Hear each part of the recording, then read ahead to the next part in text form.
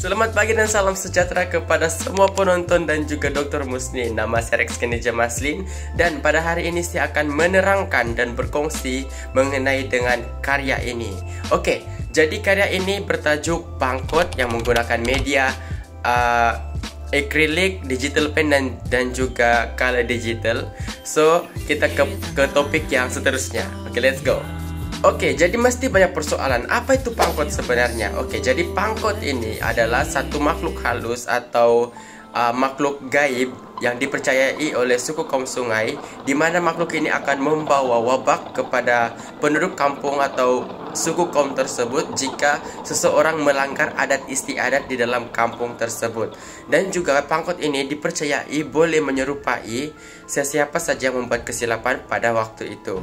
Jadi mitos-mitos ini adalah membawa satu moral ataupun pengajaran-pengajaran kepada suku kaum tersebut untuk sentiasa melakukan perkara-perkara yang baik dan tidak melakukan perkara-perkara yang buruk.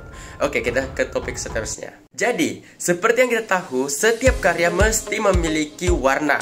Oke, jadi yang kita nampak di dalam karya ini, pada bahagian wajah karya kita dapat melihat warna merah yang mempunyai retakan-retakan yang tersendiri.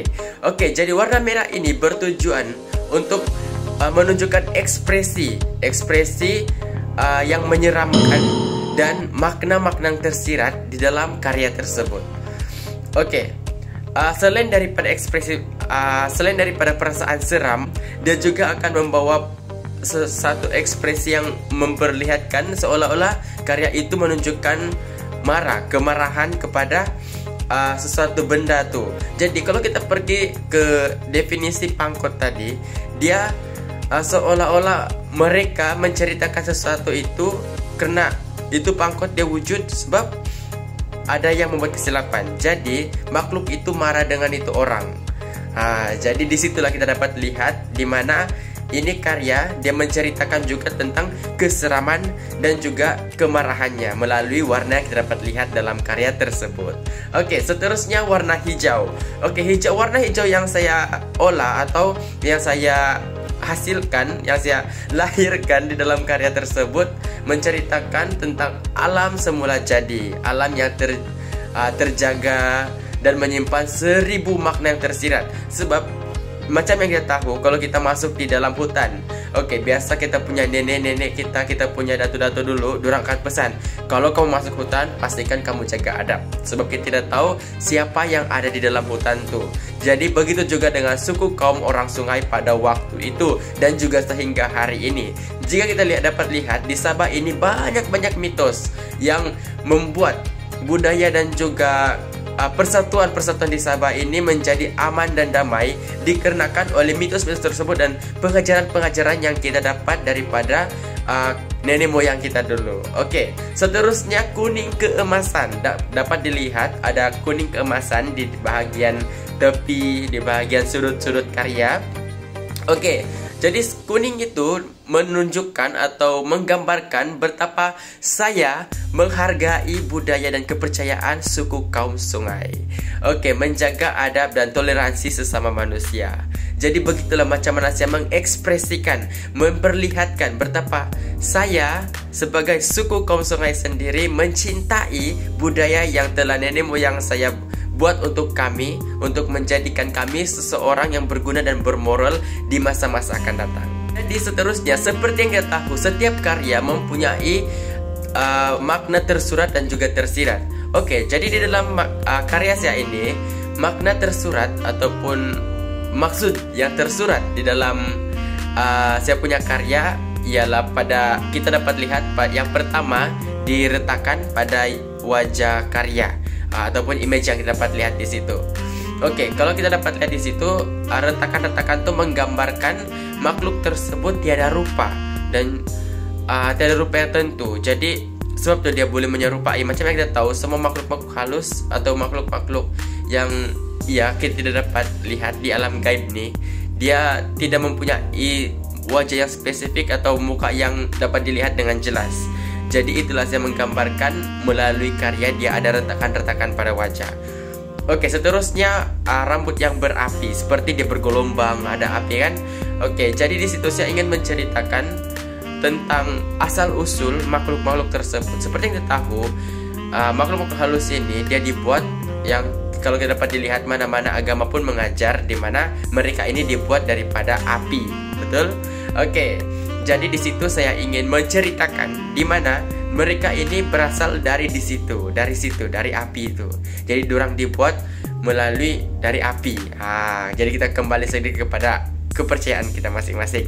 Oke, seterusnya adalah motif. Motif yang saya gunakan di dalam karya tersebut adalah diambil daripada motif-motif alam semula. Jadi seperti yang kita dapat lihat, ada daun-daun di hidung dia tuh, ada macam motif pucuk pakis.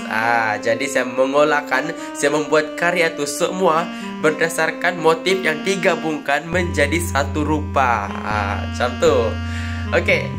Seterusnya adalah makna tersirat. Oke, jadi yang makna tersirat yang saya ingin sampaikan di dalam karya ini ialah cerita tentang kisah pangkot itu sendiri. Oke, jadi macam yang tahu macam definisi pangkot itu saya sudah ceritakan sebentar tadi, tapi saya mau juga cerita supaya kamu betul-betul paham tentang ini karya.